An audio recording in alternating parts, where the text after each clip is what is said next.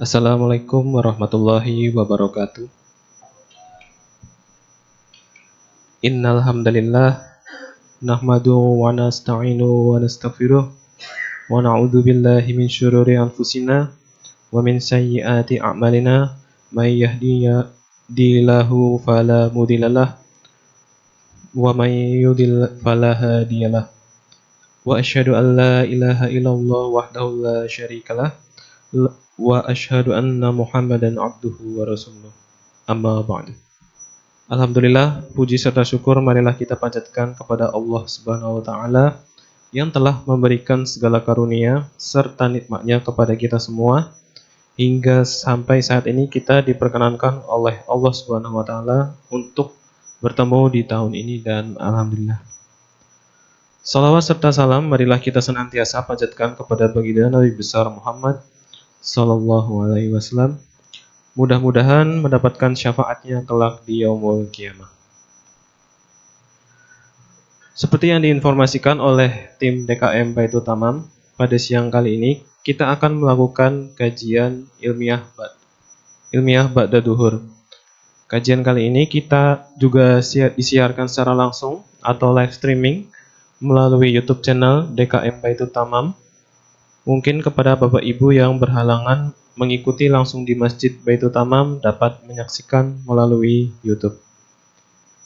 Izin tambahan, Masjid Baitul Tamam sedang melakukan renovasi sebagai bentuk cinta terhadap rumah Allah, tempat yang sangat mulia dan utama untuk kegiatan ibadah dan syiar agama Islam, serta menjadi bekal kita di akhirat nanti. DKM Baitul Tamam sangat terbuka untuk menerima donasi dari Bapak dan Ibu sekalian untuk membantu pembangunan tersebut. Donasi dapat dilakukan secara tunai atau dapat dilakukan dengan transfer ke rekening DKM Baitul Tamam. Adapun pada kesempatan kajian kali ini akan disampaikan oleh Pak Ustadz Dr. Akmal Syafril, STMPDI, yang sudah hadir bersama kita di Masjid Baitul Tamam Bea Cukai Cikarang. Assalamualaikum Pak Ustadz. Kabar baik ya Pak Ustadz? Alhamdulillah. Dan saya selaku MC Arifin Luftanul Aziz. Izin membacakan sedikit CV dari Ustadz Dr. Akmal Syafril STMPDI. Beliau adalah penulis lepas, blogger, pemerhati isu-isu pemikiran Islam, sejarawan, dai, aktivis #Indonesia tanpa JIL, ITJ, Kepala Sekolah Pemikiran Islam, SPI Pusat, aktivis Aliansi Cinta Keluarga, AILA Indonesia, pembina Holakoh Anak Minangkabau, HAMKA, dan tour leader tersertifikasi. Kali ini dengan tema Red Flag Pemikiran. Bapak Ibu, nanti akan ada kesempatan tanya jawab setelah kajian disampaikan oleh Pak Ustadz. Untuk itu kepada Pak Ustadz Dr. Akmal Syafril, STMPDI, kami persilakan untuk memulai kajian. A'udzubillahi minasyaitonirrajim. Bismillahirrahmanirrahim. Assalamualaikum warahmatullahi wabarakatuh. Alhamdulillahirabbil alamin. Innal hamdalillah nahmaduhu wa nasta'inuhu wa nastaghfiruh wa na'udzubillahi min syururi anfusina wa min sayyiati a'malina. May yahdihillahu fala mudhillalah wa may yudlil fala hadiyalah. Asyhadu an la ilaha illallah wahdahu la syarikalah wa asyhadu anna Muhammadan abduhu wa rasuluh la nabiyya ba'dah. Allahumma sholli wa sallim wa barik ala Muhammad wa ala alihi wa sahbihi wa man tabi'ahum bil ihsan ila yaumiddin. Amma ba'd. Alhamdulillah segala puji dan syukur kita aturkan kepada Allah Subhanahu wa taala atas nikmat yang paling utama, nikmat iman dan Islam, nikmat ukhuwah, nikmat kesehatan dan kesempatan untuk berkumpul dalam kajian kita pada siang hari ini selepas kita melaksanakan kewajiban kita salat zuhur berjamaah. Tema yang waktu itu saya usulkan ketika saya diundang ke sini, ya pertama-tama ini silaturahim pertama saya ke Bea Cukai di Cikarang ya, kantor Bea Cukai Cikarang. Kalau di pusat kayaknya udah cukup sering ke sana ya. Ini baru pertama kalinya ke yang Cikarang. Alhamdulillah, mudah-mudahan jadi silaturahim yang baik. Tema yang saya usulkan itu adalah karena ini suatu hal yang belakangan ini sering saya bahas ya. Kalau Pak judulnya kayak bahasa anak muda ya, red flag pemikiran ya. Namanya red flag itu ciri-ciri yang kurang baik ya. Jadi gimana cara kita mendeteksi pemikiran yang gak beres? Karena di Indonesia ini ladang suburnya pemikiran-pemikiran sesat ya.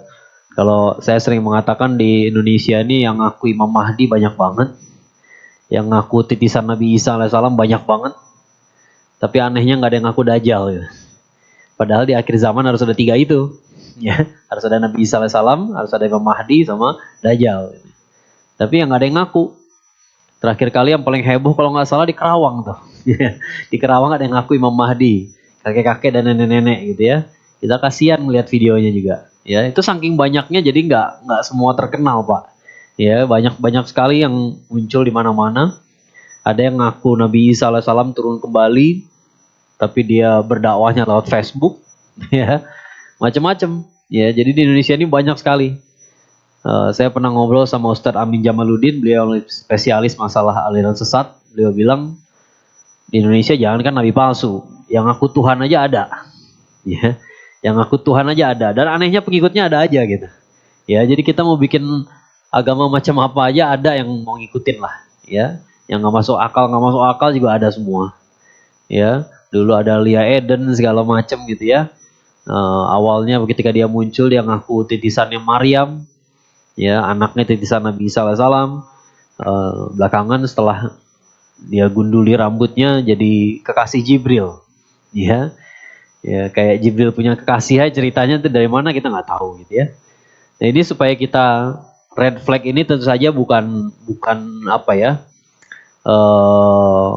bukan berarti cukup ini saja, tapi paling enggak nih jadi apa ya, jadi tanda-tanda lah ya kalau kita ngelihat beberapa poin ini, 7 poin yang akan saya bicarakan ini, curigalah, ya jangan langsung percaya saja, gitu ya, supaya kita terjaga dari pemikiran yang tidak beres, ya. Nah satu yang red flag pertama, ya, ciri-ciri pemikiran nggak beres, ya, pemikiran yang salah, gitu ya. Ciri-ciri yang pertama ini sehubungan dengan, alhamdulillah saya kemarin kuliah S3 di ilmu sejarah UI, dan salah satu yang bukan salah satu yang paling menjadi perhatian bagi bagi sejarawan adalah proses. Maka sesuatu yang paling mencurigakan adalah yang nggak ada prosesnya. Jadi ciri-ciri pemikiran sesat yang pertama adalah munculnya tiba-tiba. Tiba-tiba aja jadi nabi, ya gitu ya.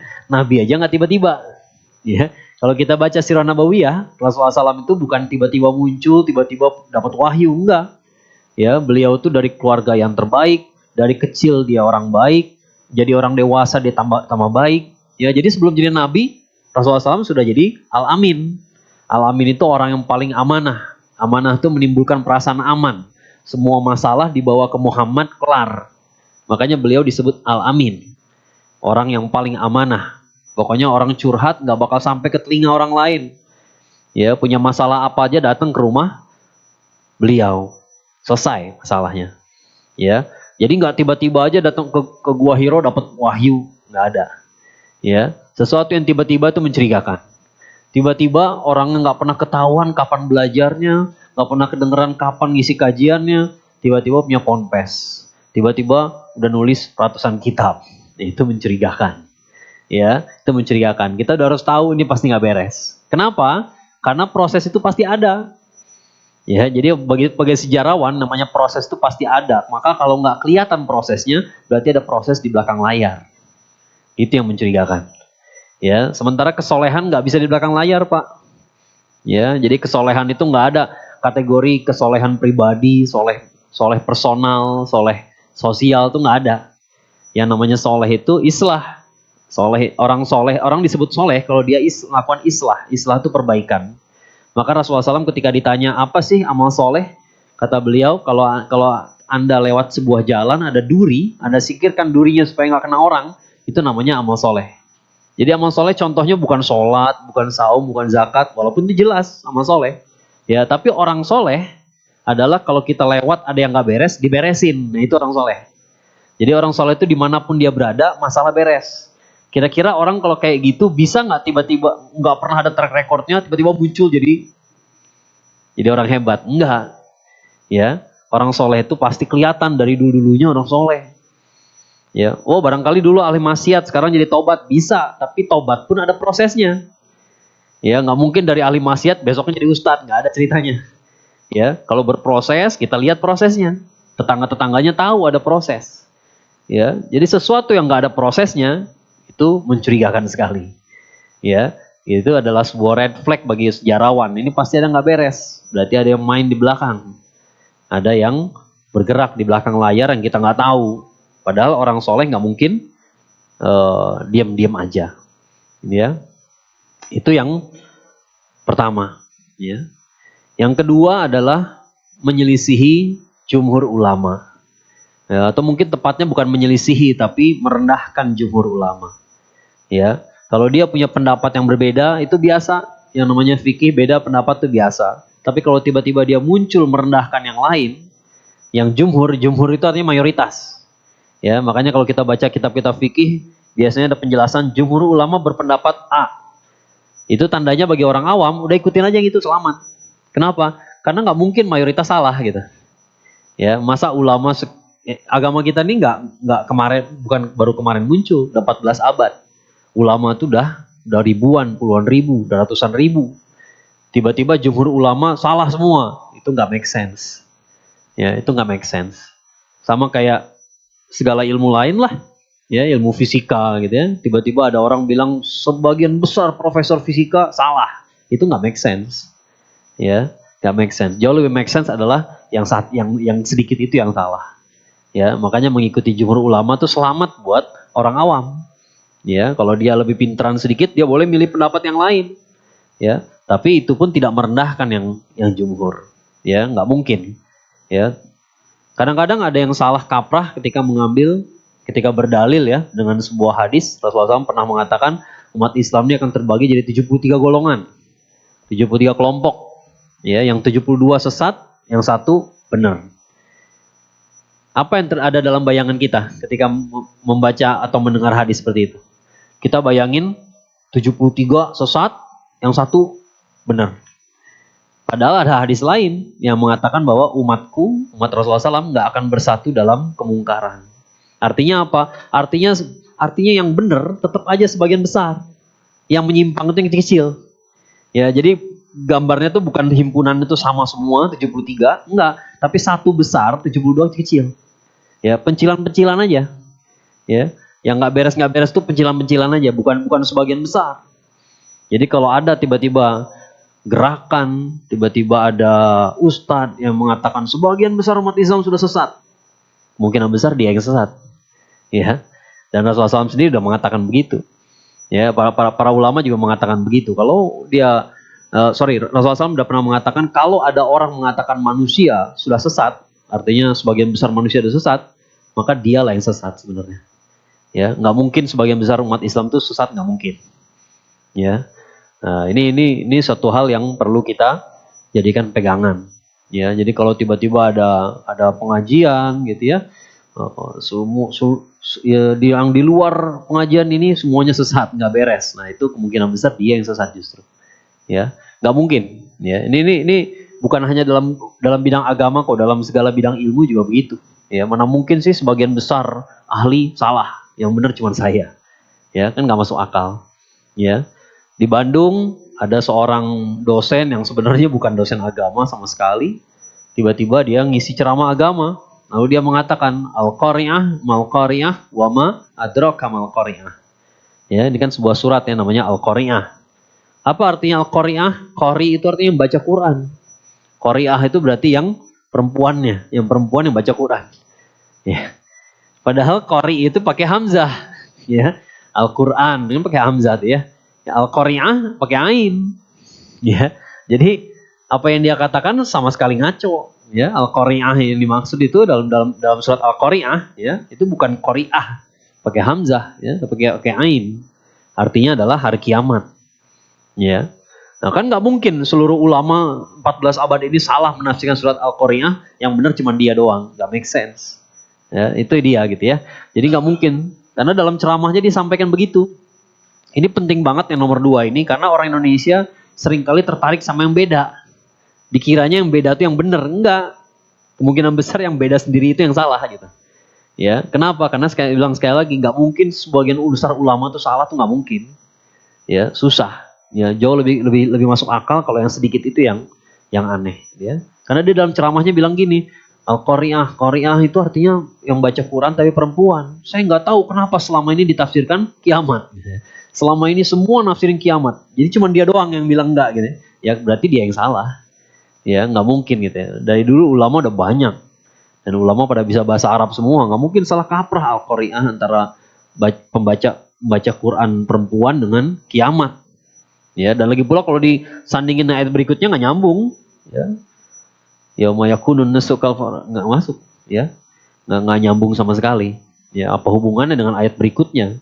Yang baca Quran perempuan. Ya, nggak mungkin gitu ya. Jadi itulah red flag yang nomor 2 ini cukup sering kali terjadi gitu ya. Kemudian ini udah bikin contekan di HP-nya mati. Nggak apa-apa. Jadi mudah-mudahan nggak lupa ya. Yang nomor 3 ya, yang nomor 3 adalah tidak beradab. Ya, tidak beradab. Tidak beradab siapanya? Orangnya.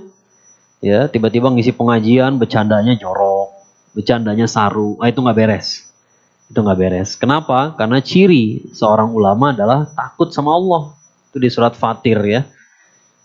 Innama yakhsyallah, sungguhnya yang takut sama Allah ya, di antara hamba-hambanya adalah para ulama. Jadi aneh kalau ulama malah nerobos sana sini. Ya, ngomongnya kasar, ngomongnya jorok, itu nggak benar dah. Ya, dalam satu hadis Rasulullah SAW mengatakan innama bu'itsu litammima makarimal akhlak. Sungguhnya aku diutus untuk menyempurnakan akhlak, liutammima. Itmam, seakar kata dengan baitu tamam. Tamam itu artinya sempurna. Tapi beda dengan kalau nama saya Akmal ya, Kamil. Kamil sama Itmam beda artinya. Kalau Kamil artinya sempurna di akhir. Kalau Itmam sempurna dari awal sampai akhir. Jadi sempurna dalam arti konsisten. Ya, jadi makanya ayat Quran tentang umroh dan haji mengatakan itmam. Jadi kalau umroh tuh nggak susah Pak. Umroh tuh gampang sekali. Tinggal ganti kain ihram, bertalbiyah sampai Masjidil Haram, di Masjidil Haram tawaf 7 kali, sa'i, habis itu tahallul, potong rambut, selesai. Beres umrohnya. Ya, nggak ada susah-susahnya. Tapi selama umroh kita diminta itmam, sempurna. Jadi nggak boleh tuh dalam umroh tuh ngomel-ngomel karena makanan nggak sesuai selera gitu ya. Berantem, naik haji juga kayak begitu tuh. Ya, naik haji juga begitu. Naik haji gampang kok. Ya, maksud bukan nabungnya yang susah gitu ya. Ya, tapi ibadah haji itu mudah gitu. Tinggal ikutin aja ya. Tinggal ikutin cuman di umroh. Di umroh cuman di Arafah kita nggak diminta ngapa-ngapain. Mau duduk doang boleh, tidur juga sah. Ya, bermalam kan di Arafah kan. Lempar jumroh nggak ada teknik tertentu. Nggak ada segala macam, nggak ada yang aneh-aneh gitu. Ya, tawaf juga nggak ada doa yang wajib, nggak ada sama sekali. Paling dari rukun Yamani ke Hajar Aswad ya, dan doanya kita udah hafal semua. Rabbana atina fid dunya hasanah wa fil akhirati hasanah wa qina adzabannar. Tapi diminta itmam, sempurna, konsisten dari awal sampai akhir. Ya, nggak marah-marah gitu ya. Nah, hadis tadi inna mabu'itsu litammima makrimal akhlak. Aku tidak diutus kecuali untuk menyempurnakan akhlak. Akhlak itu sesuatu yang stabil. Akhlak itu bukan pencitraan. Ya, jadi kalau kita mau ketemu atasan, kita udah ngarang-ngarang dulu mau ngomong apa, itu bukan akhlak. Akhlak itu sesuatu yang begitu kita bangun tidur, kayak gitulah kita. Itu karakter. Ya, kalau kata para ulama, akhlak adalah karakter yang muncul tanpa usaha. Ya, jadi nggak ada effort. Ya, nggak ada effort sama sekali, itulah kita gitu. Ya, tentu saja itu bisa dilatih. Ya, jadi awalnya dipaksakan, lama-lama jadi karakter. Ya, jadi karakter. Nah, jadi semua ajaran agama ini ujungnya, muaranya dari hulu ke hilir, ujungnya nih muaranya gitu ya, adalah akhlak yang baik. Bukan berarti agama ini akhlak doang, bukan. Kan ada akidah, ada ibadah, ada akhlak. Tapi ujungnya itu akhlak. Maka nggak masuk akal kalau kita belajar agama tinggi-tinggi, bagus-bagus, akhlaknya rusak. Yang nggak nyampe ke tujuan berarti. Ya. Bahkan kita akidah yang benar pun ujungnya akhlak juga. Ya, ada hadis yang sangat terkenal sekali. Man kana yu'minu billahi wal akhir falyaqul khairan aw liyasmut. Barang siapa beriman pada Allah dan hari akhir, berkata baik atau diam. Beriman pada Allah dan hari akhir itu adalah akidah. Berkata baik atau diam itu akhlak. Jadi ujungnya akidah juga akhlak. Gitu. Ya, jangan salah diartikan ya. Karena kadang-kadang ada juga yang bilang yang penting akhlak bukan ibadah. Enggak juga, enggak begitu gitu ya. Enggak demikian. Ya, akidah, ibadah, ujungnya akhlak. Jadi absurd sekali kita belajar agama, tapi yang ngajarnya tidak berakhlak. Ya, kalau yang ngajarnya nggak berakhlak, yang diajarinnya jadi apa? Ya, omongan yang kasar, jorok, nggak menjaga pandangan misalnya gitu ya. Kadang-kadang ada yang seperti itu. Ya, kadang-kadang ada guru ngaji yang malah apa ya? Pakai logika. Kalau saya suka bilang pakai logika apa? Logika Sun Wukong. Pernah nonton film Sun Wukong nggak dulu di TV suka ada ya? Sun Wukong tuh begitu naik ke langit ya, ada apa? Ada Buddha, ada Dewi Kwan Im, ada siluman-siluman ya. Nah, dalam agama Buddha, orang kalau udah tercerahkan, maka semua hukum yang berlaku buat manusia nggak berlaku lagi buat dia. Ya, ini logika, bukan logika Islam. Justru dalam logika Islam, makin tinggi makomnya, makin ketat aturannya. Ya, jadi nggak bisa mentang-mentang dia guru ngaji terus dia boleh berdua-duaan dengan perempuan. Bilangnya, oh ini adalah murid saya. Ya, justru karena Anda adalah seorang ulama, itu lebih nggak pantas lagi. Ya, yang biasa saja buat orang, ya ini kaidah ya, yang biasa buat orang awam, kadang-kadang nggak pantas buat orang yang makomnya lebih tinggi. Ya, contohnya misalnya, kalau buat orang awam datang ke masjid masbuk biasa-biasa aja, telat gitu ya, datang udah 2 rakaat, nggak ada masalah, kita nggak perlu melihat orang macam-macam. Tapi bagi seorang ulama kadang-kadang nggak bagus kelihatannya. Ya, Umar bin Khattab pernah ketiduran di kebunnya. Gara-gara ketiduran dia masbuk 2 rakaat sholat asar. Apa yang beliau perbuat? Kebunnya dia jual, disedekahin sekalian. Ya, kenapa? Karena buat orang selevel beliau, masbuk 2 rakaat itu aib ya. Ya, aib. Ya sama aja kayak misalnya atlet kayak Cristiano Ronaldo. Kalau kayak kita disuruh lari 4 keliling capek kan bisa-biasa aja gitu ya, lagi kurang fit barangkali gitu ya. Tapi kalau orang atlet profesional kayak gitu suruh lari 4 keliling, engap, ya malu lah dia. Ya, ada apa nih? Nggak pantas dong. Ya, ya gitu ya. Jadi namanya ilmu itu ada level-levelnya.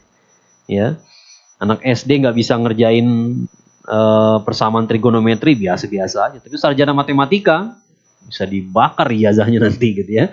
Beneran sarjana gitu ya, masa nggak bisa kayak begini? Nah, kayak gitu kurang lebihnya gitu ya. Jadi kalau nggak beradab, tidak menjaga adab itu nggak beres. Ya, termasuk tidak menjaga adab kepada sesama muslim. Sama muslim. Kadang-kadang ada yang hobinya apa ya? Hobinya memelihara konflik di tengah-tengah umat, ya. Ya, tiap hari yang dibahas masalah-masalah khilafiyah melulu, ya. Masalah khilafiyah itu nggak ada yang baru dalam agama kita. Ya, seperti saya bilang, kita tuh udah sholat 14 abad gitu ya. Udah 14 abad orang umat Islam tuh sholat. Jadi nggak ada hal baru dalam sholat tuh nggak ada. Ya, maka ikhtilaf, perbedaan pendapat dalam sholat pun nggak ada yang baru. Ya, jadi kalau pengajian tiba-tiba yang dibahas masih kunut apa nggak kunut, ya itu mah emang pingin berantem aja gitu ya. Ya, mohon maaf saya suka komentarin gitu ya, kalau masih ngebahas kayak begitu, jemaahnya pingin ribut, ustadznya juga pengen. Ya, harusnya nggak perlu dibahas lagi, udah biasa-biasa aja itu. Itu udah 14 abad yang lalu. Ya, jadi kalau masih dipertanyakan sampai sekarang ya aneh gitu. Ya, jumlah rakaat tarawih lah, ya. Basmalah dibaca keras apa enggak lah, itu udah dari dulu banget gitu. Ya, enggak, dan dulu saja pada akhirnya ulama berkesimpulan sepakat atau tidak sepakat. Ya, dulu tuh generasi yang dekat sama Rasulullah SAW itu kesimpulan adalah sepakat atau tidak sepakat. Mungkin nggak generasi sekarang 14 abad setelah Rasulullah SAW mau disuruh sepakat semua. Itu mimpi di siang bolong. Ya. Nah, jadi kalau tiba-tiba nggak beradab sama mukmin, ngomongin orang, ya, nyuruh orang untuk kayak kemarin nih kan, apa pemimpin Hamas meninggal, tiba-tiba ada yang nulis di media sosial, alhamdulillah. Nah, itu nggak beradab. Ya, nggak beradab. Syukur akhirnya orang kayak gini meninggal. Kok bisa ngomong kayak begitu gitu ya? Anda nggak perlu setuju sama orang, tapi mukmin itu saudara kita. Innamal mu'minuna ikhwah. Mukmin itu ukurannya iman. Yang namanya iman bertingkat-tingkat. Iman yang paling jelek sampai yang paling bagus, mukmin semua namanya. Ya, dan kalimat Allah innamal mu'minuna ikhwah. Setiap mukmin bersaudara, itu bukan pertanyaan. Bukan hak kita memilih siapa saudara kita, bukan. Selama dia mukmin, dia saudara kita.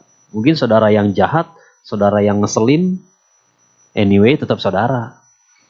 Yang namanya saudara gimana sih? Saya rasa kita punya, di setiap keluarga ada aja saudara yang ngeselin ya. Ya, keluarga besar gitu ya, ada aja sepupu yang ngeselin gitu ya. Yang aib keluarga gitu ya. Ya, tapi kalau dia tiba-tiba meninggal mau dibiarin aja tuh. Ya, atau dia kena musibah gitu ya. Rumahnya kebakaran, mau kita cuekin aja tuh anak-anaknya, enggak kan? Ya. Nah, itu sikap yang tidak wajar dalam bersaudara. Ya. Innamal mu'minuna ikhwah fa aslihu baina akhwaikum.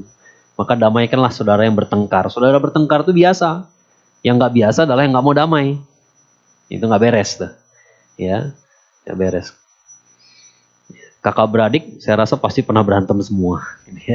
Ya, kakak beradik mau laki-laki, perempuan, sama aja. Ya, pasti pernah berantem, pasti pernah marahan. Tapi pernah nggak mau damai? Wah, aneh banget itu. Ya, anak-anak pasti sekarang berantem, 5 menit kemudian udah main bareng lagi. Ya, harusnya seperti itu. Ya, jadi tidak menjaga adab itu penting sekali. Kalau terjadi yang kayak begitu, udah tinggalin aja. Ya, tinggalin aja. Kemudian mungkin red flag yang berikutnya agak aneh tapi nyata gitu ya. Aneh tapi nyata. Apa? Hanya menggunakan Al-Qur'an. Ya. Bahkan Quran adalah pegangan kita, betul. Tapi kalau hanya perlu melihat Quran, kenapa ada kalimat laqad kana lakum fi Rasulillah uswatun hasanah? Ya, Rasulullah SAW adalah uswatun hasanah kita, teladan kita. Ya, kenapa? Karena Quran kalau kita nggak melihat pelaksanaannya dalam as-sunnah, kita bisa salah. Ya, misalnya kita lihat kuliah ayyuhal kafirun, tuh lihat tuh Qurannya manggil orang kafir. Besoknya kita datang ke kantor, teman kita yang non muslim dipanggil kafir. Ya, kan nggak begitu gitu ya. Ya ayyuhal kafirun itu bukan sapaan yang normal. Ya ayyuhal kafirun itu kalimat yang keras. Turun dalam konteks tertentu. Ketika orang kafir berusaha mengintervensi agama orang Islam, baru kita berbicara agak keras. Kalau enggak gitu. Rasulullah SAW nggak pernah kayak begitu. Ya enggak. Bahkan setelah turun al-kafirun pun nggak ada kalimat Rasulullah SAW ya ayyuhal kafirun, nggak ada. Ya, tapi turun ayat itu, ya ayyuhal kafirun, la a'budu ma ta'budun, wa la antum a'buduna ma a'bud. Ya, al-kafirun itu kalimat yang keras ya. Ya, surat yang keras. Yang adem cuma lakum dinukum waliyadin doang. Kesimpulan doang. Kadang-kadang orang salah kaprah, dia kira ini ayat yang ayat yang membenarkan semua agama, nggak begitu, ya, nggak demikian. Ini justru surat penggebrak meja kalau istilah saya. Karena dulu dia turun ketika kaum musyrikin tuh nawarin ke Rasulullah SAW, Muhammad, kamu nyembah Tuhan kami nyembah Tuhan kamu. Kalau kamu cocok, kamu pindah agama.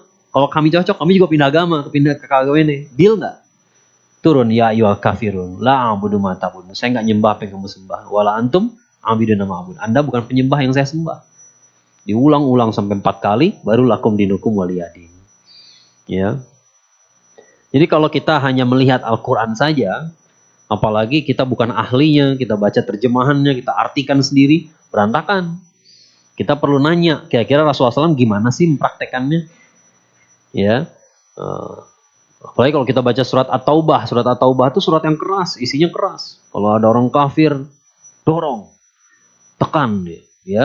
Tapi itu surat konteksnya adalah ketika orang kafir memutus perjanjian. Ya, kalau orang Israel tuh cocok tuh pakai itu tuh, gitu ya. Sekarang nih kita lagi konflik gitu ya, pas tuh pakai kayak gitu. Ya. Tapi bukan dipakai ke tetangga-tetangga kita yang baik-baik gitu ya. Teman-teman kita, kalau semua orang kafir kita gencet, kapan dakwahnya dong? Ya, siapa yang dapat hidayah kalau kita kasarin semua?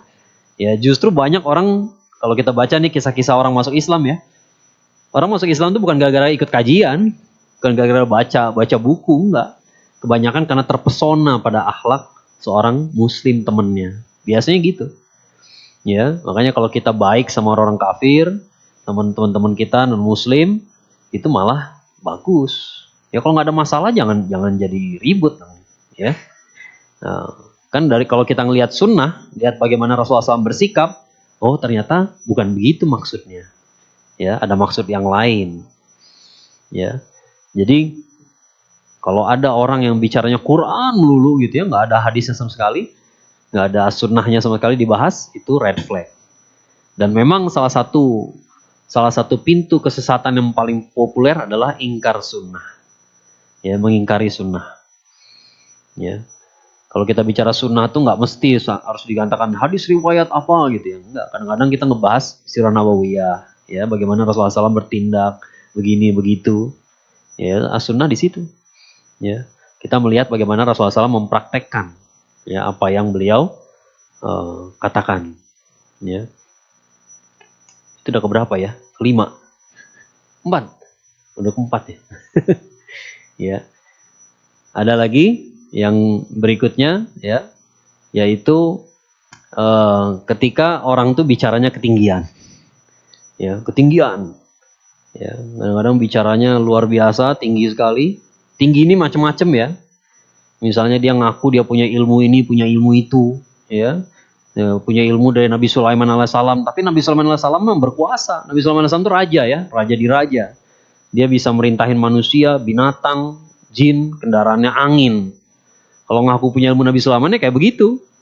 Ini Nabi Sulaiman punya ilmu Nabi Sulaiman alaihissalam tapi rumahnya kayak gitu-gitu aja gitu ya. Di tengah masyarakat juga dia nggak dipandang. Ya, dia bukan tokoh masyarakat, dia nggak dihormati macam-macam, nggak punya prestasi, itu pertanyakan. Ya. Atau bisa juga ketinggian dalam arti ketika dia mengatakan, oh masalah umat Islam sekarang gampang. Kalau udah bicara gampang, tinggalin aja udah. Kenapa? Karena kalau gampang udah beres ya kemarin-kemarin masalahnya. Ya, saya suka sebel kalau ada bilang kayak begitu. Yang penting gampang nih. Ya, gampang. Yang penting kita kembali pada Quran dan Sunnah. Ya kalau gampang, beres masalah. Ya, nyatanya kan susah. Ya, lebih baik bicara susah daripada bicara gampang. Ya, kalau bicara gampang jadi ngebohong. Ya, karena nyatanya nggak gampang. Ya, yang penting gampang. Yang penting kita bisa ngelawan hawa nafsu kita. Ya iya, semua juga. Kalau bisa ngelawan hawa nafsunya selalu istiqomah gitu ya, beres masalah. Tapi kan itu nggak mudah sama sekali. Ya, bicaranya ketinggian. Ya, nggak sesuai sama kelasnya gitu. Udah jelas-jelas dia nggak punya prestasi apa-apa, tapi kayak bisa menguasai dunia aja gitu. Ya, pokoknya ikutin saya, kita kuasai dunia kayak bisa. Padahal nggak bisa. Yang berikutnya adalah orientasinya pada dunia. Ya, pengajian atau ustadz, tapi orientasinya dunia. Saya pernah lihat nih apa? Ada anak muda, ustadz muda gitu ya. Hafiz Quran padahal, ya, tapi di Instagram dia cerita gini, teman-teman, saya punya HP iPhone seri terbaru. Mau nggak bisa dapetin iPhone seri terbaru tapi nggak pakai bayar? Caranya kalau lewat tokonya salawatin aja. Ya, kenapa salawat kita jadi seharga HP? Dulu Rasulullah SAW punya pembantu, ya, namanya Anas bin Malik. Anas bin Malik tuh saking baiknya sama beliau gitu ya. Ditanya suatu kali, jadi gambaran baiknya nih, dia tuh ngapalin Rasulullah SAW bangun qiyamul lail jam berapa, bangun tahajud jam berapa. Nah begitu Rasulullah SAW bangun keluar dari kamarnya, tiba-tiba udah ada ember baskom isi air buat wudhu. Ya, karena di sana kan mau wudhu tuh susah gitu ya, cari air dulu gitu ya. Ini udah ada air. Kenapa? Karena udah siapin buat Rasulullah SAW supaya wudhu buat tahajud. Ya, itu segitu setianya Anas bin Malik pada Rasulullah SAW. Ya, sampai suatu ketika Rasulullah SAW bertanya pada dia ini anak muda, anak kecil. Ya, Anas minta sesuatu sama saya. Mintalah sesuatu. Ya, apa yang diminta oleh Anas? Apakah diminta harta? Enggak. Diminta kekayaan? Enggak. Diminta apa? Saya minta bersama engkau di surga nanti. Ya, salawat itu harganya mahal, Pak. Ya, harganya mahal sekali.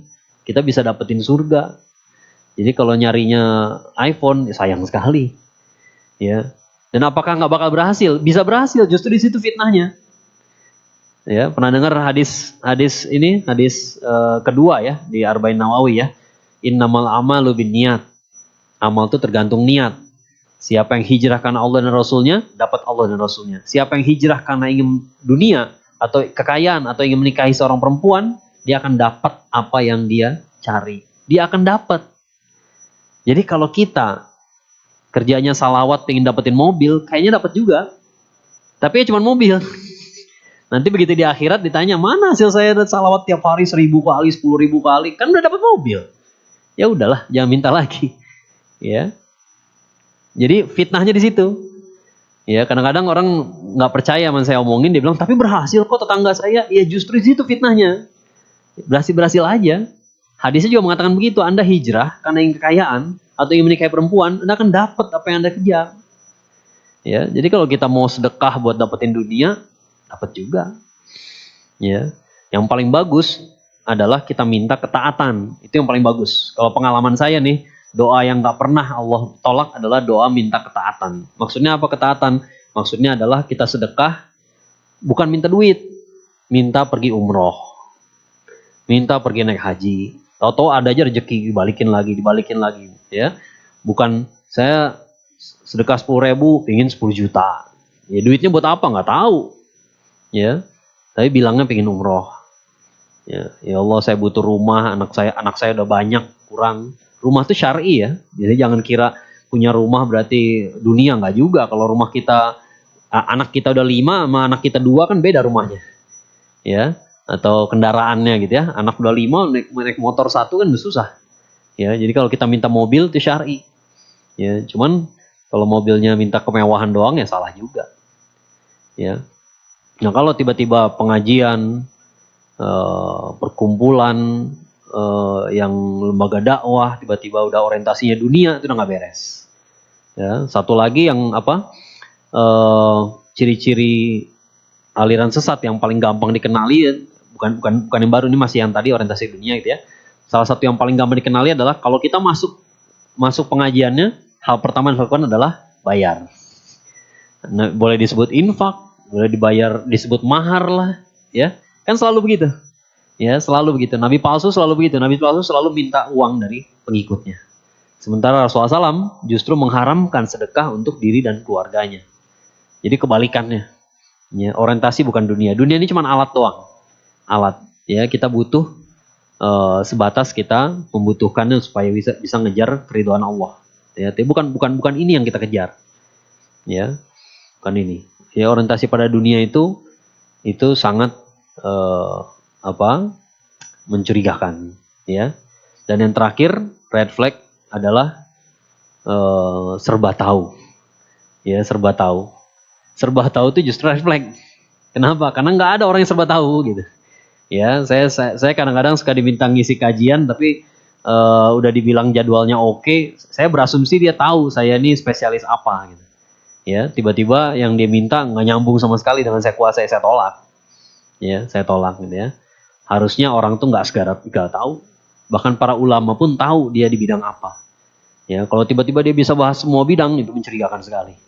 Ya, kayak tukang obat gitu. Semua masalah bisa diobatin. Nah, itu aneh tuh. Ya, nggak ada orang semacam itu. Ya, ada ulama yang ahli tafsir Quran, ada ulama ahli hadis, ada ulama ahli fikih. Ya, ada masalah perang pemikiran, ada masalah ekonomi. Ya, yang aneh kalau dia menguasai semua.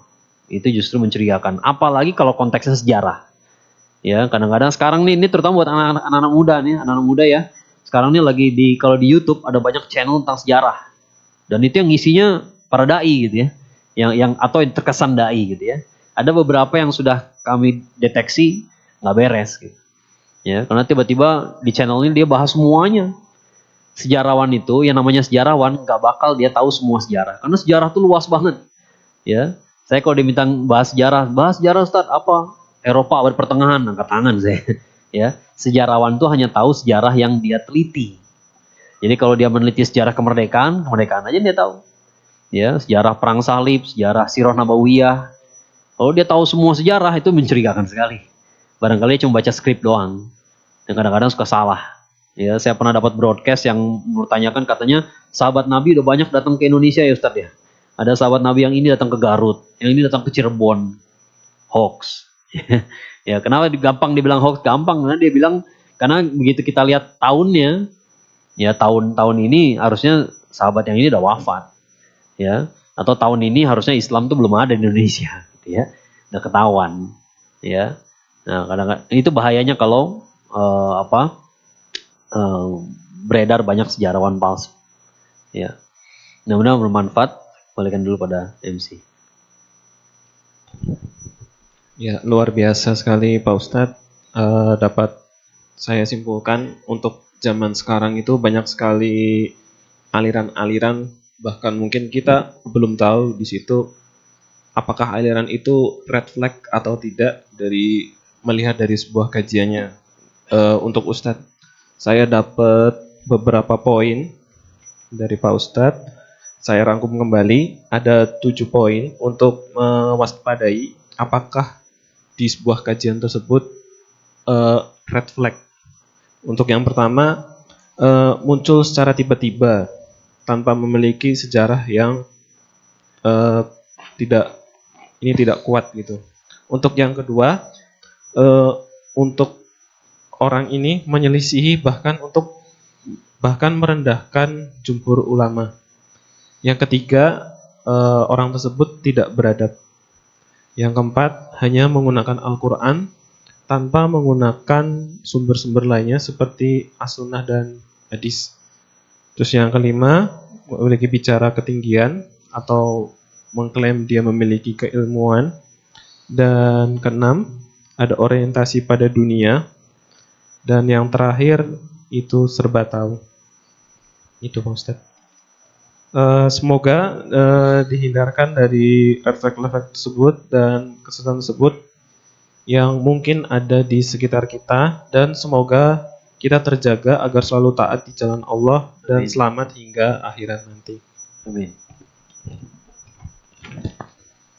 Bagi Bapak Ibu, kami persilakan untuk dapat mengajukan pertanyaan apabila ada dengan tema kajian yang dapat disampaikan. Silakan.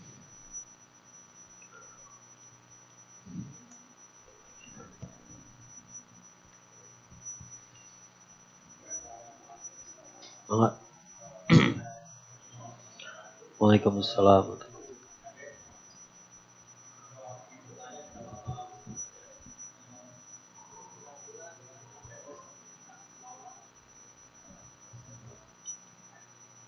Ya, yang namanya sertifikasi itu masalahnya adalah siapa yang mensertifikasi.